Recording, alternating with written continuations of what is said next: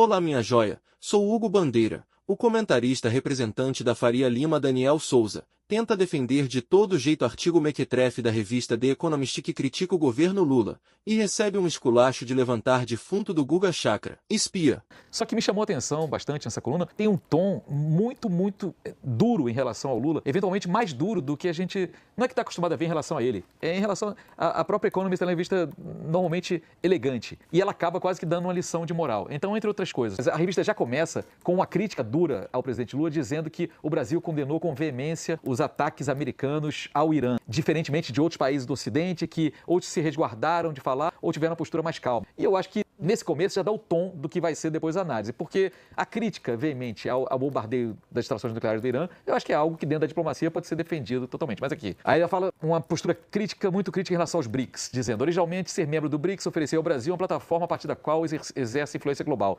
Agora faz o Brasil parecer cada vez mais hostil ao Ocidente. O papel do Brasil no coração de um BRICS expandido e mais autoritário. Aí ele está falando já dessa expansão que trouxe os países do Golfo ali, por exemplo, muitos deles, Emirados Árabes, Arábia Saudita e tudo mais para dentro dos BRICS. É parte da política externa cada vez mais incoerente de Lula. Aí nós já temos aqui uma opinião também do articulista. Ele não fez nenhum esforço para criar laços com os Estados Unidos desde que Donald Trump assumiu o cargo em janeiro. Isso é fato. Ao mesmo tempo, Donald Trump fez algum esforço para criar laços com o Brasil?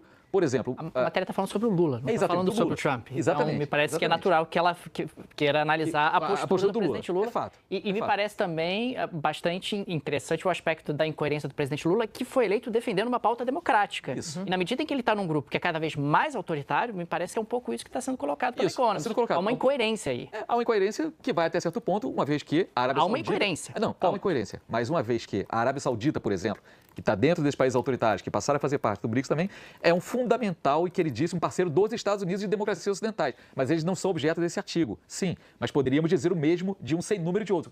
O que eu estou apenas... Mas o artigo é sobre o Brasil, não é sobre o sem número. Eu sei. Mas é porque quando se pede um aceno do Brasil positivo em relação aos Estados Unidos, imagina-se, o Brasil teve todos os acenos positivos dos Estados Unidos para cá e não acenou de volta. Ou o Brasil tinha toda a chance de fazer e não fez. Não fez, é verdade. Os Estados Unidos tampouco fizeram. O que a revista está dizendo é que o BRICS virou outra coisa, e virou mesmo, desde a última vez que o presidente Lula foi presidente, e o Brasil está sendo levado junto e não está fazendo um esforço para tentar contrabalançar esse movimento.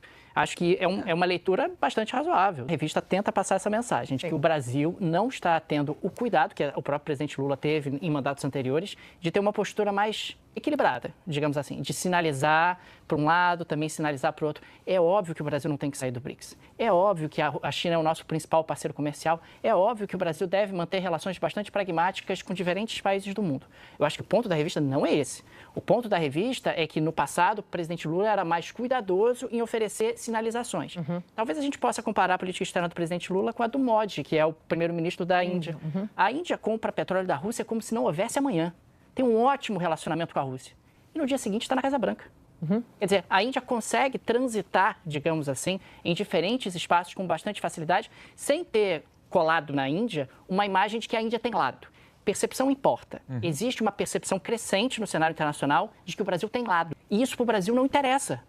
Eu acho que é disso que a revista está dizendo. Mas o Brasil não pode ser visto internacionalmente como um país que tem lado. Bom, boa tarde, André. Bom, o começo é bizarro da The Economist em relação ao Brasil criticar os bombardeios ao Irã. O Brasil adotou a mesma posição das Nações Unidas, nesse caso, do Antônio Guterres, que condenou esse bombardeio. A The Economist que é célebre por apoiar a guerra do Iraque e a guerra da Líbia também. Então, só para ter esse começo do contexto. Foi uma postura tradicional da diplomacia brasileira. E, realmente, ninguém queria que os Estados Unidos bombardeassem, para ficar muito claro. Em segundo lugar, a revista cita que o Brasil se aproximou da União Europeia.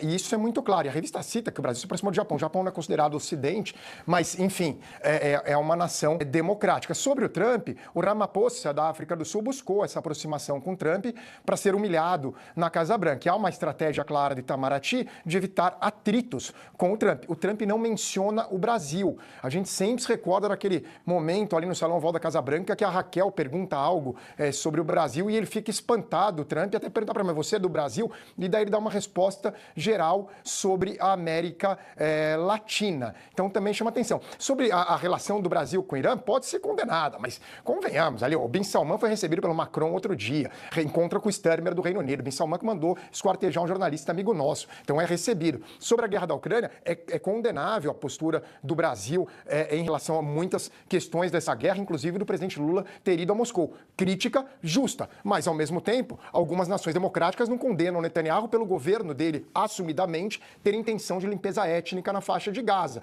O Brasil condena. Então também tem essa questão. O Daniel citou a Índia. A Índia não é democracia, né, Daniel? É um regime autoritário, cujo o líder, o Narendra Modi, levou adiante um massacre que também constitui uma intenção de limpeza étnica em Gujarat. Então a gente também tem que ter isso no contexto. É mais fácil para um regime autoritário como a Índia e como uma ditadura como a Arábia Saudita navegar entre os dois lados. Mas o ponto, muito mal escrito o artigo, mas o ponto correto, esse sim, que realmente o Brasil parece pender mais para o lado da China do que para o lado dos Estados Unidos. Poderia ter construído de uma forma menos